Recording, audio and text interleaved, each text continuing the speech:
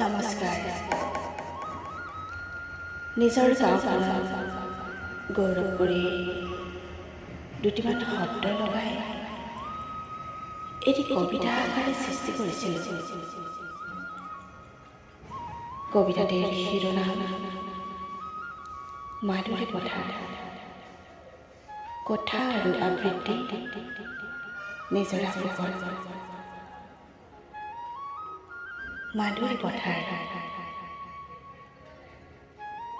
উজনি অসমৰ অৰুণাচলৰ সীমাত আছে এখনি অতি মৰমৰ গাঁও।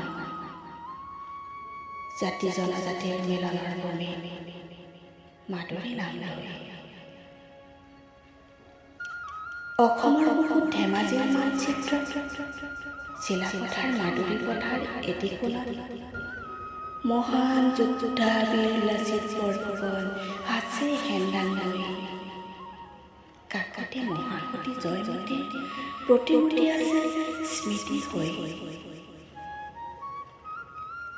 দুকাষে আছে পাহাৰে নিগৰা গাই নদী আৰু ভাগাৰা। মাজতে আছে আমাৰ গাঁওখনি মাধুৰী পথাৰ হৈ দক্ষিণ ব্ৰহ্মপুত্ৰ নৈ। বাৰিষা আহিলে বুকু ভিয়াই আহে শস্য অনিষ্ট কৰি।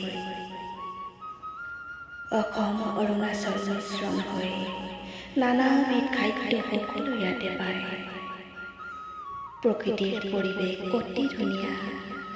য'ত থাকে অৰুণাচল অসমৰ সীমা।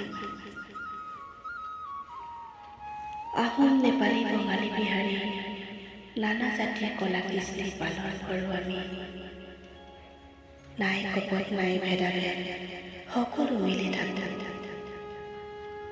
অতি পৰিচিত গাঁওখনি আমাৰ মাধুৰী পথাৰ হৈ। ধন্যবাদ।